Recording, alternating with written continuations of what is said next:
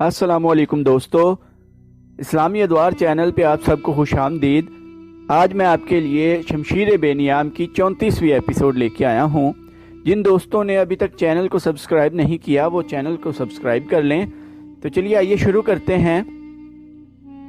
خبردار بنو جزیمہ کی طرف سے کسی نے للکار کر کہا، اسے میں جانتا ہوں، یہ مکہ کے الولید کا بیٹا خالد رضی اللہ عنہ ہے۔ اس پر اعتبار نہ کرنا، ہتھیار ڈال دو گے تو یہ ہم سب کو قتل کر دے گا۔ ہتھیار نہ ڈالنا، خدا کی قسم مجھے رسول اللہ صلی اللہ علیہ وآلہ وسلم کا حکم نہ ملا ہوتا کہ جنگ نہ کرنا تو میں دیکھتا کہ تم ہتھیار ڈالتے ہو یا نہیں۔ خالد رضی اللہ عنہ نے کہا، ہم دوست بن کر آئے ہیں، ہم تم پر اللہ کا دین زبردستی ٹھونسنے نہیں آئے، ہمیں دوست سمجھو اور ہمارے ساتھ آ جاؤ۔ اہل قریش کی کیا خبر ہے؟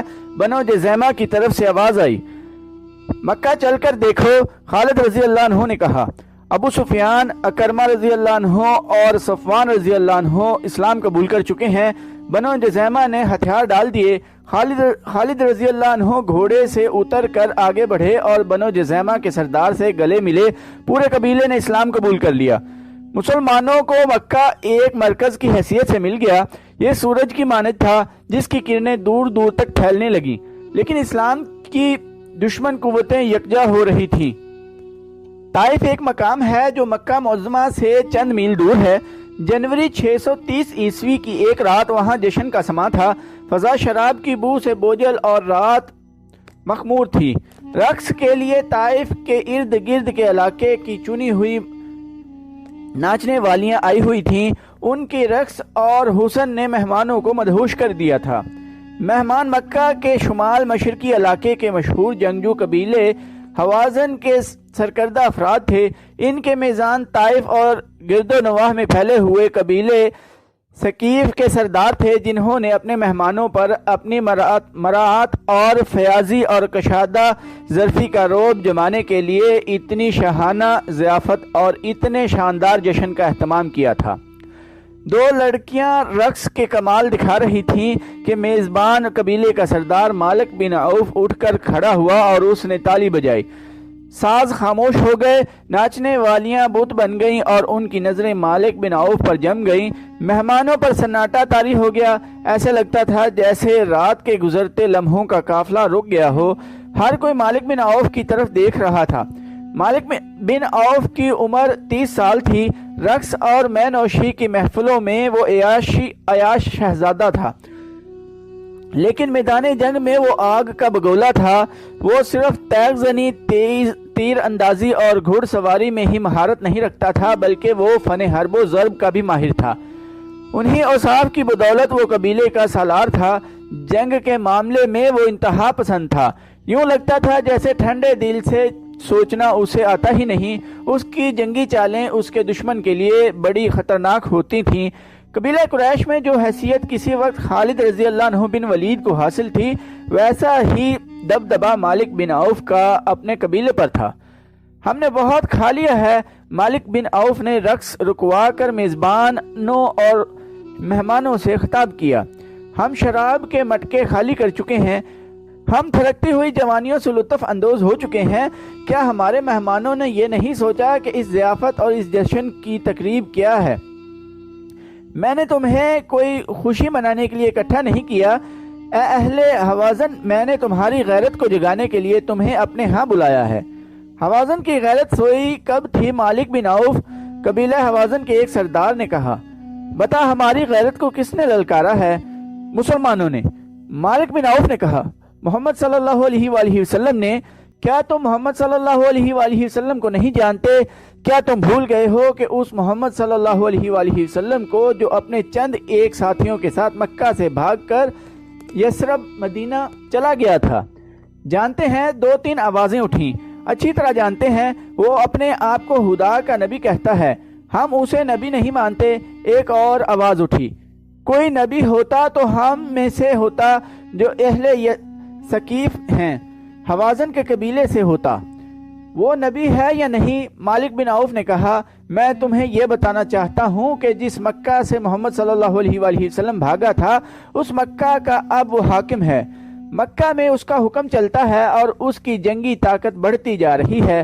قبیلہ قریش اس کے آگے ہتھیار ڈال چکا ہے اور اس کے مذہب کو قبول کرتا چلا جا رہا ہے۔ ابو سفیان، اکرمہ اور صفوان جیسے جابر جنگجو محمد صلی اللہ علیہ وآلہ وسلم کا مذہب قبول کر چکے ہیں۔ خالد رضی اللہ عنہ بن ولید نے پہلے ہی یہ نیا مذہب قبول کر لیا تھا۔ مسلمانوں نے مکہ میں تمام بت توڑ ڈالے ہیں۔ اہل قریش کو اپنی غیرت اور اپنے مذہب کا پاس ہوتا تو وہ اپنی تلواریں اپنے پیٹھوں میں کھونپ لیتے۔ کسی اور نے کہا، اب ستاروں سے بھرا ہوا آسمان یہ دیکھے گا کہ حوازن اور ثقیف کو اپنی غیرت کا کتنا پاس ہے۔ مالک بن عوف نے کہا، کیا تو چاہتا ہے کہ ہم میں سے کوئی محمد صلی اللہ علیہ وآلہ وسلم کو قتل کر دے؟ قبیلہ حوازن کے ایک سردار نے کہا، اگر تو یہی کہنا چاہتا ہے تو یہ کام میرے سپرد کر۔ اب محمد صلی اللہ علیہ وآلہ وسلم کو قتل کر دینے سے کچھ حاصل نہ ہوگا۔ مالک بن عوف نے کہا، اسے قتل کر دو گے تو اس کے پیروکار اسے اپنے دلوں میں زندہ رکھیں گے۔ ان کی تعداد اتنی زیادہ ہو گئی ہے کہ اب ایک آدمی کے قتل سے وہ اس راستے سے نہیں ہٹیں گے جس پر انہیں ڈال دیا گیا ہے۔ کہتے ہیں محمد صلی اللہ علیہ وآلہ وسلم کے ہاتھ میں کوئی جادو آ گیا ہے۔ حوازن کے ایک سردار نے کہا، وہ جس پر نگاہ ڈالتا ہے وہ اس کا مطیع ہو جاتا ہے۔ جہاں تلوار چلتی ہے وہاں کوئی جادو نہیں چل سکتا۔ حوازن قبیلے کے ایک اور سردار نے اپنی تلوار کے دستے پر ہاتھ رکھ کر کہا، مالک آگے بول، تو کیا کہتا ہے؟ ہم تیرے ساتھ ہیں۔ میں کہنا یہ چاہتا ہوں کہ ہم نے محمد صلی اللہ علیہ وآلہ وسلم کے اسلام کو نہ روکا تو یہ سیلاب کی طرح بڑھتا ہوا ہم سب کو بہا لے جائے گا۔ مالک بن عوف نے کہا، نہ حوازن رہیں گے نہ ثقیف کا وجود ہوگا۔ قبیلہ قریش کو محکوم بنانے والوں کو ہم مکہ کے اندر ہی ختم کر دیں گے۔ کیا تم محکوم بن جانے کا مطلب سمجھتے ہو؟ مالک بن عوف نے سب کی طرف دیکھا اور بولا، اگر نہیں سمجھتے تو میں تمہیں بتاتا ہوں۔ اس نے اپنے پیچھے دیکھا۔ مالک بن عوف کے پیچھے مہمانوں میں ایک معمر سفید ریش بیٹھا تھا۔ اس کا رنگ دوسروں کی نسبت صاف اور سفیدی مائل تھا۔ وہ ضعیف اتنا تھا کہ اس کا سر ہلتا تھا اور کمر میں ہلکا سا خم تھا۔ اس کے ہاتھ میں اپنے قد جتنا لمبا عصا تھا، کندھوں سے ٹخنوں تک چغا بتاتا تھا کہ وہ کوئی عالم یا مذہبی پیشوا ہے۔ مالک بن عوف کے اشارے پر وہ اٹھا اور مالک کے پاس آ گیا۔ تم پر اس کی رحمت ہو جس نے تمہیں پیدا کیا ہے، بوڑھے نے کہا، اور وہ دیوتا تمہارے بچوں کے محافظ ہوں جس کی تم پوجا کرتے ہو۔ تم محکومی اور غلامی کا مطلب نہیں سمجھتے۔ تم مجھ سے پوچھو، میری 4 جوان بیٹیاں مسلمانوں کی لونڈیاں ہیں اور میرے 2 جوان بیٹے مسلمانوں کے غلام ہیں۔ وہ تیغ زن اور شہ سوار تھے، لیکن اب انہیں تلوار ہاتھ میں لینے کی اور گھوڑے پر سوار ہونے کی اجازت نہیں۔ ہمیں گھروں سے نکال دیا گیا ہے۔ کیا تمہیں یاد نہیں کہ قریش نے مدینے کا محاصرہ کیا تھا تو مسلمانوں نے شہر کے ارد گرد خندق کھود لی تھی؟ قریش اس خندق کو پھلانگ نہیں سکے تھے۔ پھر اس قدر تند و تیز طوفان آیا کہ قریش جو پہلے ہی بددل ہو چکے تھے بکھر گئے اور مکہ کو واپس چلے گئے تھے۔ جب مسلمانوں کے سر سے خطرہ ٹل گیا تو انہوں نے ان یہودیوں پر حملہ بول دیا جو ان کے ساتھ مدینہ میں امن سے رہتے تھے۔ ان یہودیوں کو انہوں نے قتل کر دیا اور ان کی عورتوں کو اور ان کے بچوں کو آپس میں بانٹ کر انہیں لونڈیاں اور غلام بنا لیا۔ اے بزرگ، قبیلہ ثقیف کے ایک سرکردہ آدمی نے بلند آواز سے کہا، اگر تو یہودی ہے تو کیا ہم نے غلط سنا تھا کہ تیرے قبیلے نے مسلمانوں کو دھوکہ دیا تھا؟ تم نے جو سنا درست سنا تھا۔ بوڑھے نے کہا، ہمارا دھوکہ کامیاب نہیں ہوا تھا۔ ہم مسلمانوں کی پیٹھ میں خنجر اتارنا چاہتے تھے لیکن قریش پیٹھ دکھا گئے۔ مسلمانوں کو دھوکہ دے کر کمزور کرنا ہمارا فرض تھا لیکن مسلمانوں کی تلواروں نے ہمیں کمزور کر دیا۔ تو جو بنی اسرائیل سے ہے، کیا ہمیں اکسانے آیا ہے کہ ہم مسلمانوں سے تیرے قبیلے کے خون کا انتقام لیں؟ ثقیف کے قبیلے کے ایک سردار نے کہا۔ ایک اور ضعیف العمر اٹھ کھڑا ہوا۔ اس کا نام درید بن السما تھا۔ اس کا نام تاریخ میں تو ملتا ہے لیکن یہ پتہ نہیں ملتا کہ وہ قبیلہ حوازن سے تھا یا قبیلہ ثقیف سے۔ خاموش رہو، درید بن السما نے گرج کر کہا، ہم بنی اسرائیل کے خون کا انتقام نہیں لیں گے۔ کیا تم ابھی تک شک میں ہو کیا تم ابھی تک نہیں سمجھے کہ ہم نے مسلمانوں پر حملہ کر کے ان کا خون اپنی تلواروں کو نہ پلایا اور ان کے زخمیوں کو گھوڑوں تلے نہ روندا تو وہ ہمیں بھی قتل کر کے تمہاری بیٹیوں کو، تمہاری بہنوں کو اور تمہاری بیویوں کو اپنی لونڈیاں اور ہمارے بچوں کو اپنا غلام بنا لیں گے۔ اس سے پہلے کہ ان کے گھوڑے طائف کی گلیوں میں ہنہنائیں، کیا یہ اچھا نہیں ہوگا کہ ہمارے گھوڑے ان کی لاشوں کو مکہ کی گلیوں میں کچلتے پھریں؟ مالک بن عوف نے جوش سے لرزتی ہوئی آواز میں کہا، بنی اسرائیل کا یہ بزرگ ہماری پناہ میں آیا ہے، اس نے اپنے قبیلے کا جو انجام بتایا ہے میں تمہیں اس انجام سے بچانا چاہتا ہوں۔ اٹھو اور لات کے نام پر حلف اٹھاؤ کہ ہم محمد صلی اللہ علیہ وآلہ وسلم اور اس کے تمام پیروکاروں کو جنہوں نے مکہ کے تمام بت توڑ ڈالے ہیں ختم کر کے اپنی عورتوں کو اپنے منہ دکھائیں گے۔ اس زمانے میں جب اسلام کی کرنیں مکہ سے پھیل رہی تھیں، عرب میں بت پرستی عام تھی۔ وہ خدا کو بھی مانتے تھے لیکن خدا تک رسائی حاصل کرنے کے لیے وہ بتوں کے آگے ہاتھ پھیلاتے تھے۔ ان کا عقیدہ تھا کہ بتوں کو راضی کیے بغیر خدا کو راضی نہیں کیا جا سکتا۔ بتوں کی خوش نویدی کے لیے وہ کچھ رسمیں ادا کرتے تھے۔ طائف کے علاقے میں جس بت کو پوجا جاتا تھا اس کا نام لات تھا، جو انسانی یا حیوانی شکل کا نہیں تھا۔ وہ بہت بڑا پتھر تھا جسے چٹان کہا جا سکتا ہے۔ یہ چٹان باقاعدہ مربع شکل کی تھی۔ بعض مورخوں نے لکھا ہے کہ یہ مربع شکل کا قدرتی طور پر بنا ہوا چبوترا تھا جس پر شاید کسی زمانے میں کوئی بت رکھا گیا ہو، لیکن طلوع اسلام کے دور میں یہ صرف چبوترا تھا اور ارد گرد کے قبائل اسی کو پوجتے تھے۔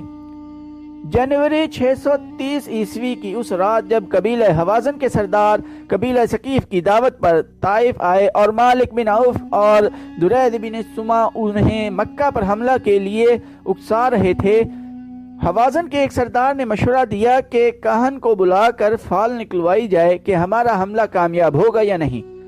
یہ فال تیروں کے ذریعے نکالی جاتی تھی جسے ازلام کہتے تھے۔ بہت سے تیر اکٹھے رکھے ہوتے تھے، کسی پر ہاں لکھا ہوتا تھا کسی پر نہیں۔ بت کا کوئی مجاور یا کاہن مذہبی پیشوا اس ترکش سے ایک تیر نکالتا اور دیکھتا تھا کہ اس پر ہاں لکھا ہے یا نہیں۔ یہ فال کا جواب ہوتا تھا۔ مجاور کی نسبت کاہن کو بہتر سمجھا جاتا تھا۔ کاہن دانش مند ہوتے تھے، ان کے پاس پر اثر اور دل میں اتر جانے والے الفاظ کا ذخیرہ ہوتا تھا اور ان کے بولنے کا انداز تو ہر کسی کو متاثر کر لیتا تھا۔ کاہن فال نکالے بغیر غیب کی خبریں دیا کرتے اور لوگ انہیں سچ مانا کرتے تھے۔ اگلی صبح حوازن اور ثقیف کے سردار ایک کاہن کے سامنے بیٹھے ہوئے تھے۔ ان میں سے کسی نے ابھی بات بھی نہیں کی تھی کہ کاہن بول پڑا، اگر میں غیب کی خبر دے سکتا ہوں اور آنے والے وقت میں بھی جھانک کر بتا سکتا ہوں کہ کیسا ہوگا اور کیا ہوگا، تو کیا میں یہ نہیں بتا سکوں گا کہ تمہارے دلوں میں کیا ہے؟ اس نے کہا، تم اپنی زبانوں کو ساکن رکھو اور میری زبان سے سنو کہ تم کیا کہنے آئے ہو۔ تم جس دشمن پر حملہ کرنے جا رہے ہو وہ یوں سمجھو کہ سویا ہوا ہے۔ اس نے مکہ پر قبضہ کیا ہے اور وہاں کے انتظامات سیدھے کر رہا ہے۔ وہ اپنی بادشاہی کی بنیادیں پکی کر رہا ہے۔ مکہ میں اس کے دشمن بھی موجود ہیں۔ ہر کسی نے محمد صلی اللہ علیہ وآلہ وسلم کا مذہب قبول نہیں کیا۔ مقدس کاہن درید بن سما نے کہا، ہمیں یہ بتا کہ ہم محمد صلی اللہ علیہ وآلہ وسلم کو خبر ہونے سے پہلے اس کو دبوچ سکتے ہیں؟ کیا ہمارا اچانک حملہ مکہ کے مسلمانوں کو گھٹنوں بٹھا سکے گا؟ کاہن نے آسمان کی طرف دیکھا، کچھ بڑبڑایا اور بولا، آنے والے وقت کے پردوں کو چاک کر کے دیکھا ہے۔ تمہارا حملہ اچانک ہوگا۔